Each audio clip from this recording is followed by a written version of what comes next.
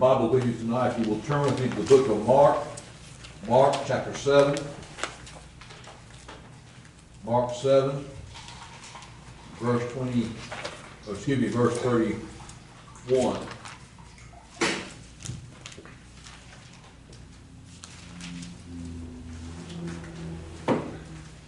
Mark 7:31.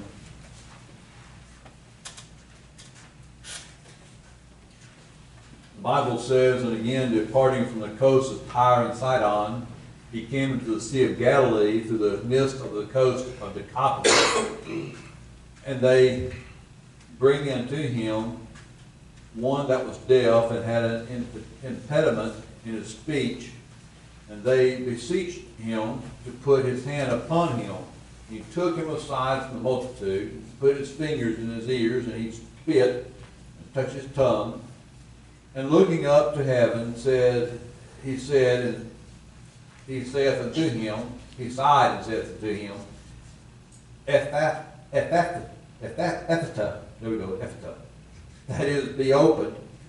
And straightway his ears were opened, and the string of his tongue was loose, and he spake plain, charged them that they should tell no man, but the more he charged them, so much the more a great deal they published it, were beyond measure astonished, saying, He hath done all things well.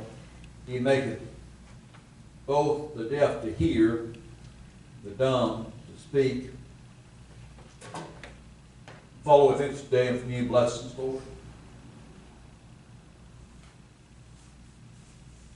Your way tonight. God, it's according to your purpose. Use your word. Use your precious holy name we pray. Amen.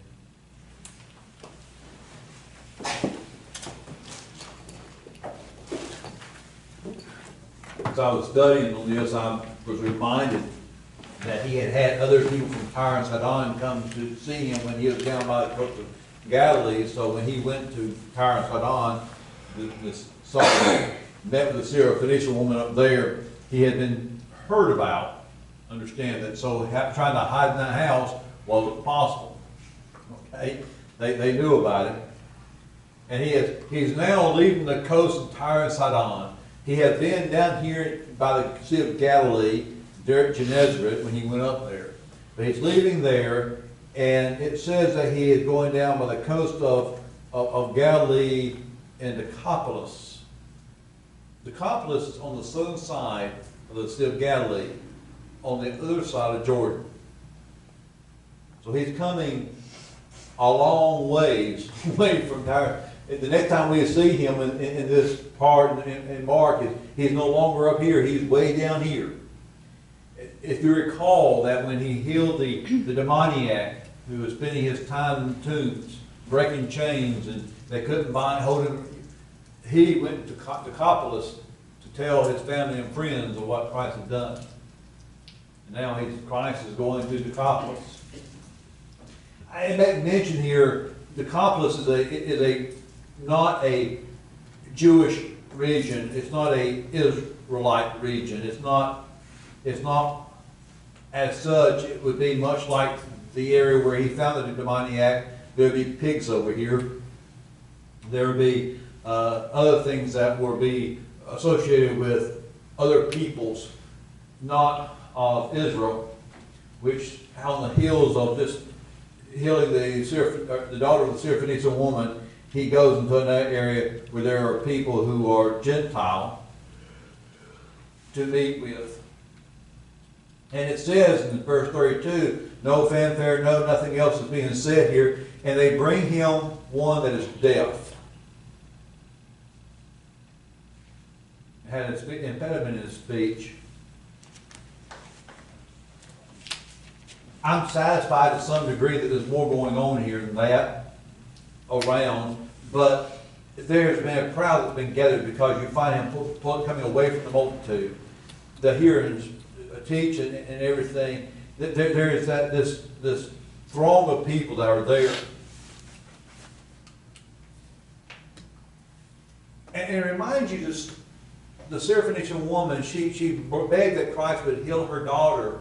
Without saying anything, without doing anything, says, okay, she's healed. And she went home, and sure enough, she was in her right mind, she was sitting on the bed, the demon was gone. And here Christ does something different. I wish I had caught the fullness of the thought that is here. I feel like there's a reason that's hidden maybe in the region of Decapolis that wouldn't be Israelite at all, but be particular to the people there. Because what he does is when they bring in this man, he takes them apart from the people, from the multitude. You see that? He doesn't just heal them right there. He pulls them apart from them. Then he sticks his fingers in his ears. Which, that's where part of the issue is. And you do realize that speech impediments oftentimes are caused by trouble with hearing. But if you get your hearing back, the impediment don't go away immediately. You've got to learn over time that impediment goes away. But he goes in there and he puts his fingers in there. It says he spit. It doesn't say he spit on the man. It just says he spit. I don't know if he was spitting on the ground. I don't know. And he touched this guy's tongue. But none of that was necessary. Christ didn't even have to speak. He does here. He says, Ephphatha, which is being translated. It's a Hebrew word, comes up from the Chaldee, that he uses here, which these people aren't Hebrew. That means be open. Christ is making a demonstration of his power. He is going through and don't like this word, the way it's going to come out, because it's going to give an indication that a thought that's not intended. But he's making a show in some sense. And I think it's because it's what they needed. He is doing what they need to see him do. Syrophoenician woman, go your way, it's done. Didn't say anything. It's already been done. Just a little before this, in Gennesaret, all he did was walk through the crowd, and they were touching his garment, and they were being healed. No explanation of what they were being healed from. They were just being healed by contact with Jesus' garments. And here he goes through this process, this show. And again, I don't want the word show, but there's a demonstration of his power in a exaggerated way, if I may put it that way.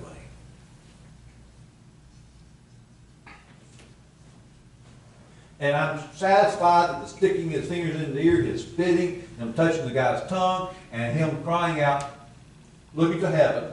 He sighed, it even says, and looking into heaven, and he says, Ephphatha, be opened. I'm satisfied it's all for a purpose. It wasn't done just because. There's a purpose in all that. That's particular to the people of Decapolis. They need to see that. Something I also caught my attention as I was studying on this and thinking about it, that when he said, be open, he wasn't just talking about the guy's ears. He's talking about the powers of heaven. The windows of heaven opening up and pouring down that power on that man.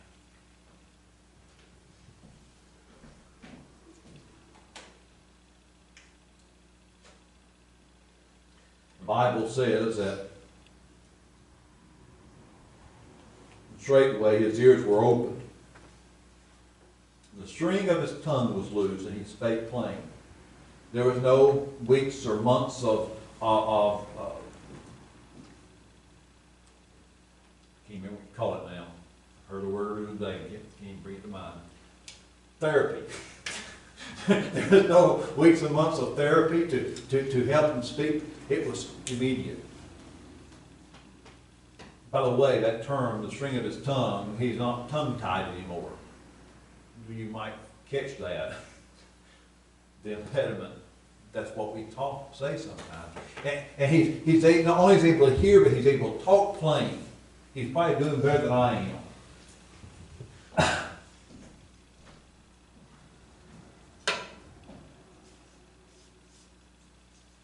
And then in verse 36, he says, and he charged them that they should tell no man. But the more he charged them, so much the more, a great deal, they published it. Now, I caught something here. Because I oftentimes note that when he's talking to Israelites, whether in Galilee or in Judea, he says, don't tell anybody because it's time's not yet, okay? He told the demoniac, go tell. He's in the region where the demoniac went and told, and he said, don't go tell. Don't tell anyone.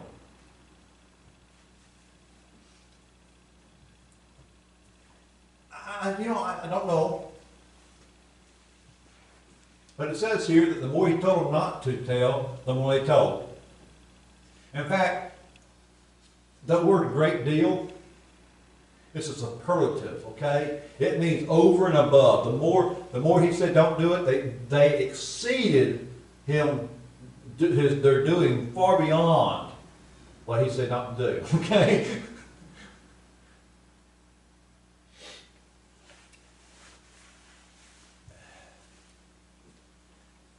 Sometimes we talk about as parents with our kids using reverse psychology.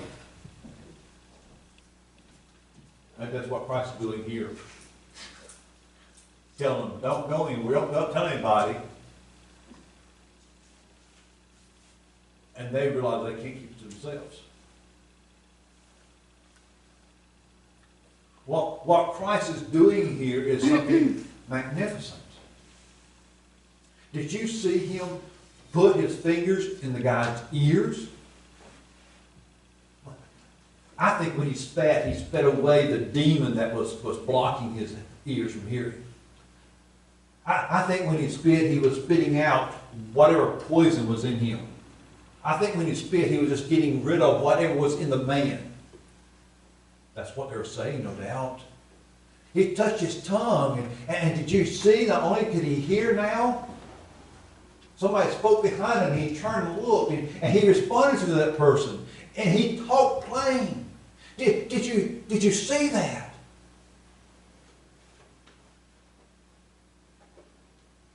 And they go and they say, listen what we saw today.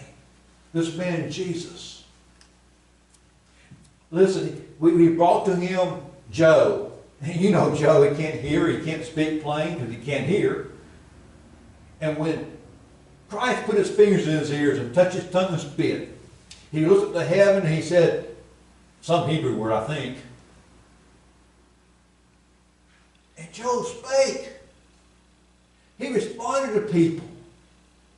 And it's going all over the campus. Don't tell anybody.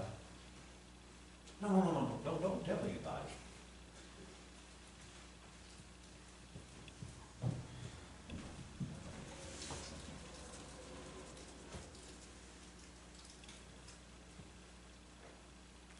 Note what it says in verse 37.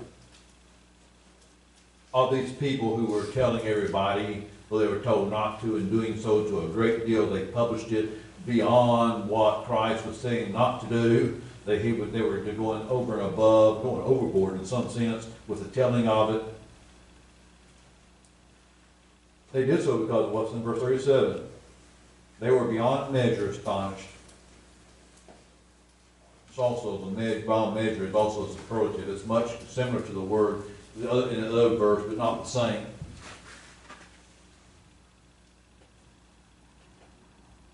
I don't think it was a beyond measure astonished in the sense that they were surprised that they healed it. He healed it because they knew he could do that.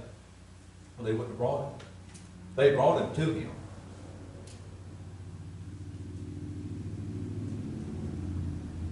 But they marveled, in a sense, or wondered, or were amazed at what he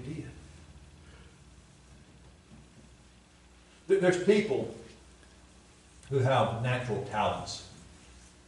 Don't want to diminish what Christ did in regard to it, but there are people who can do things that are just, they can do it.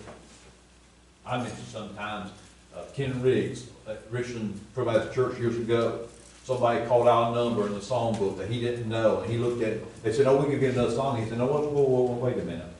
Rebecca Aycock was sitting at the piano, and he looked at him, and he began to look at it, and in the key it's written in, note by note, he began to sing that song. Pitch perfect. I knew he could do it. He's got a musical family, and that they can do that kind of stuff. He's not the only one in his family who can do that.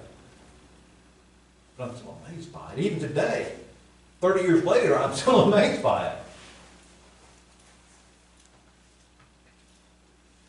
There's people who can take a stick on the end of an electrode clamp and run a bead down across two pieces of metal and leave a perfect bead, no sanding required, no grinding required. People can do that. And there's people who have tried to do that, and they'll look at that and think, how would it work?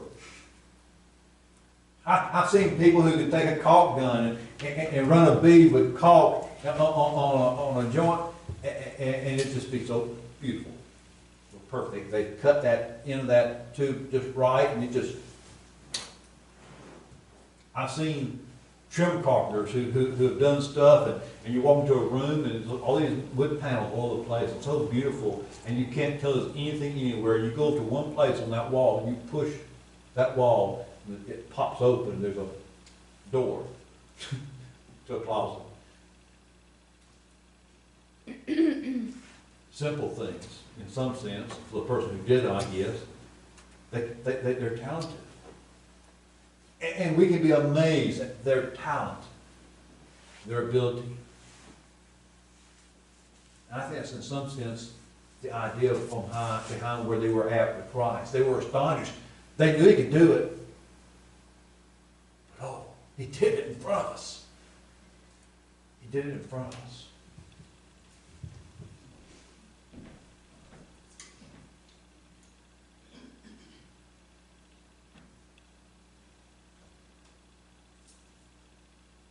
It says he hath done all things well.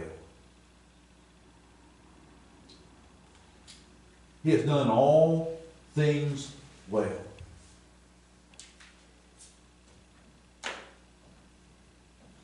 He goes on and talks about that he has made the deaf to hear and the dumb to speak. But isn't that Christ? I was noting as I was looking at that word well because I wanted to kind of get a sense of what was being said. That they're not just talking about the quality of the work.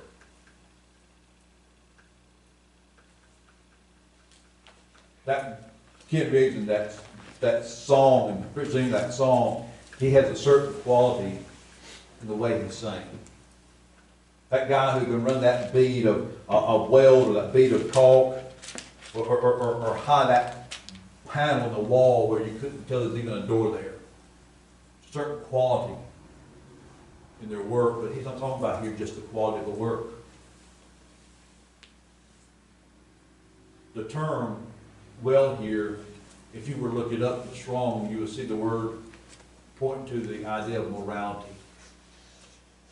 They were pointing to the quality of the work. Yes, he does all things well because he is well. He does a good job because he is good. He does a great job because he's great. They recognize something about Christ that I think sometimes the familiarity of him sometimes we lose. I think that over in Galilee at this point, they have already lost some of the amazement of it. In fact, we find at some point that the crowd that's following him are following him because he feeds them. They do want to feed these guys over here in Decapolis too, okay? 4,000 men, not counting women and children. But listen, we can lose the astonishment of what he does, the amazement, the quality, the fact that he does all things well. We can miss that.